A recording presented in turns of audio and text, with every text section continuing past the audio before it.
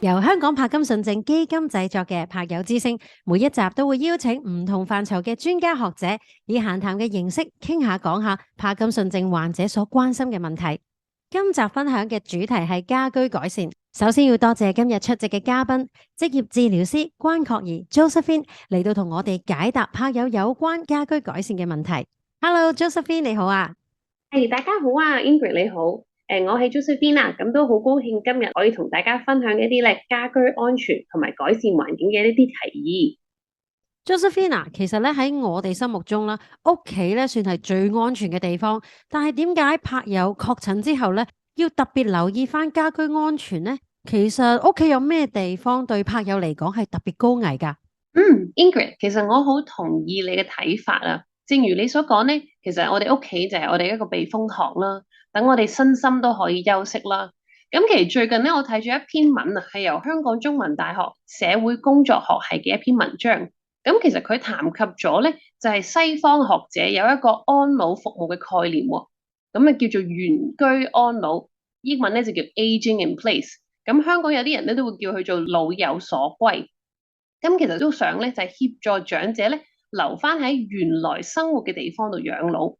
咁所以其實對柏友嚟講咧，隨住年齡嘅增長啦，再加上柏金遜嘅症狀咧，如果想繼續安全咁樣咧享受自己嘅安樂窩咧，我哋對家居嘅環境同埋生活方式需要有額外嘅一啲準備咯。咁 Ingrid 咧頭先你都問到啦，其實屋企會唔會裏邊有邊啲地方係比較危險啦？咁我認為咧，就對柏友嚟講，浴室咧就可能喺家居環境裏邊咧最危險嘅地方啦，係容易咧會發生一啲意外嘅。除咗浴室嘅地面啦，同埋環境咧比較濕滑之外，再加上柏金遜症嘅一啲症狀，包括可能肢體僵硬啊，行動可能緩慢啊，會有動步。平衡力同埋耐力會下降，跌倒或者跣親嘅機會咧變得更加大。咁所以咧，當喺浴室嚟講啦，我會建議柏友咧，其實可以由3方面入手：一喺環境啦，二喺個人習慣啦，三咧就係咧揾翻一啲合適嘅用具或者用一啲輔助嘅器具。咁環境方面咧，其實最主要咧係希望可以增加佢哋嘅行動同埋出入嘅時候嘅一啲安全性嘅。譬如係點樣咧？可以將啲燈掣就可以放喺嗰啲門口附近啦，咁啊方便咧個柏友開關。咁譬如晚上嘅時候，我要行入去個浴室嘅時候咧，就避免可能行入去一間黑暗嘅一個廁所裏邊啦。佢哋亦都可以考慮咧用趟門啦，咁趟門其實容易啲開閂，同埋咧其實減少個人自己有啲移動啊。第三可以點樣咧？可以喺廁所同埋浴缸附近咧加扶手啦，或者一啲會濕嘅區域，可能一啲企缸啦、浴缸啦，或者甚至係你沖完涼之後行出嚟換衫嘅啲位置，其實可以用一啲咧防滑嘅地板啦，或者一啲瓷磚。咁咧最後咧喺環境方面咧，其實可以考慮下清除咗地下嘅多啲雜物，變咗你可以活動嘅空間咧比較大啲。至於用具或者啲輔助器具上面咧，喺一啲咧企缸啦，或者一啲浴缸嘅附近咧，其實可以加翻一啲防滑墊啦，或者咧我哋可以用一啲咧沖涼凳，就變咗柏友可以坐住喺度沖涼，減低跌親嘅一啲風險。嗰張凳咧其實唔係淨係沖涼用噶喎，甚至刷牙、剃鬚等等嘅時候嘅活動咧都可以用嗰張凳嘅。至於喺個人習慣嚟講咧，喺沖涼前後啦，可以坐喺張凳或者喺廁所板上面除衫啦、着衫啦，咁樣咧就會比較安全啦。或者可以考慮下，等有人喺屋企嘅時候咧，先沖涼。咁呢啲咧方法咧，希望可以協助柏友喺一個比較叫做危險啲嘅廁所裏邊咧，都係可以安全咁樣完成日常生活嘅活動。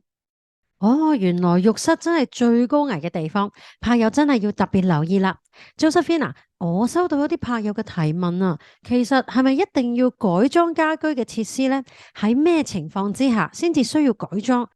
如果唔做嘅話，會唔會都有一啲嘅風險要留意嘅呢？家居改裝咧，其實只係確保家居安全嘅一個方法，必須咧配合翻柏友嘅一啲需要啦，同埋咧係正確使用先至得嘅。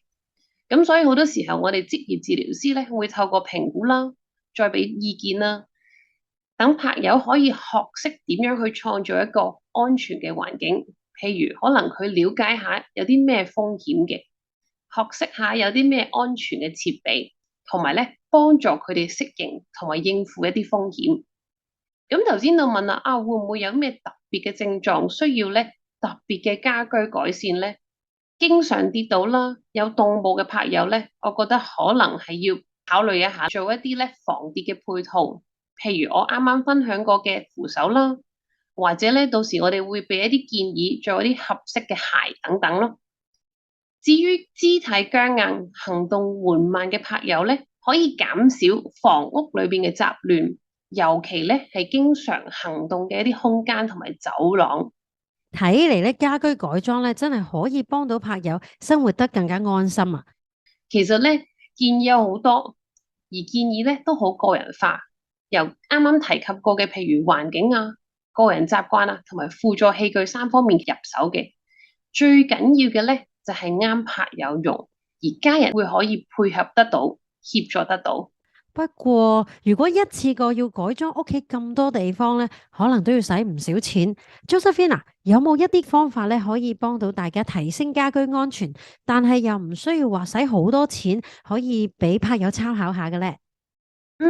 其實有啊，拍友咧要改善家居安全咧，可以用以下嘅一啲方向入手嘅。第一啦，其實可以確保翻室內嘅光線係充足啦，冇一啲好黑暗啦或者好陰暗嘅一啲位置啦。譬如咧，日頭嘅時候可以俾陽光透過啲窗照入去間屋入邊。咁如果有窗簾嘅話咧，可以趁呢啲時候就拉開佢，多啲日光入到嚟咯。至於晚上咧，特別係深夜嘅時候，可能會起身去廁所啦。咁呢啲時候可以用一啲智能嘅感應小夜燈啦。佢會偵測到咧有動態嘅時候咧，個小夜燈就會自動開啟，咁啊減低因為夜晚嘅視力唔係咁好咧，而引致會跌倒。咁我會建議可以將呢啲小夜燈咧加喺由房行到去浴室嘅嗰個路徑裏邊。咁啊，可以充分咁照明咗個成個路程咁樣樣咯。第二咧，其實可以減少房屋裏邊嘅一啲雜亂啦，尤其係經常行過嘅一啲空間啦或者走廊。咁我哋可以清除咗啲雜物啦，以減低可能會棘親啦或者跌親嘅風險。如果啲通道或者空間夠闊咧，其實當你需要嘅時候咧，就更加可以方便咁樣可以用到啲助行架啦、輪椅啦等等。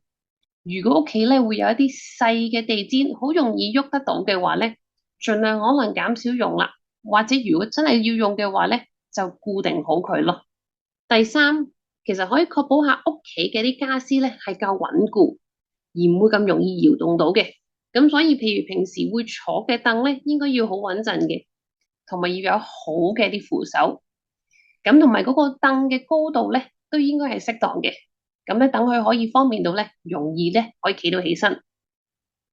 第四，其實可以留意下屋企嘅電線啦，將屋企嘅電線，無論係你嘅電話啦、你嘅電視啦，或者各類型嘅電器嘅啲電線咧，放埋一邊。咁以免咧，就當你喺度行走緊或者移動緊嘅時候咧，容易棘到或者跌倒啦。咁第五咧，我覺得即係雖然佢係講緊家居環境，但係我覺得咧，可以將我哋經常會食嘅藥咧，放喺一個安全或者容易攞得到嘅地方。咁以上都係一啲方法啦，希望可以咧喺家居上面咧做一啲少少嘅改動啦，咁就已經可以咧生活得輕鬆啲同埋安全啲。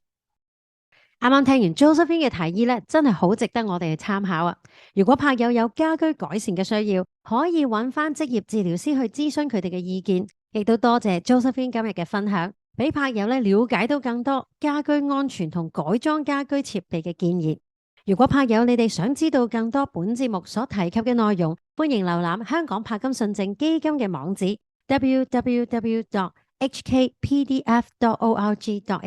揾職業治療或者個人護理嘅文章，入面有更多詳細嘅參考資料俾大家。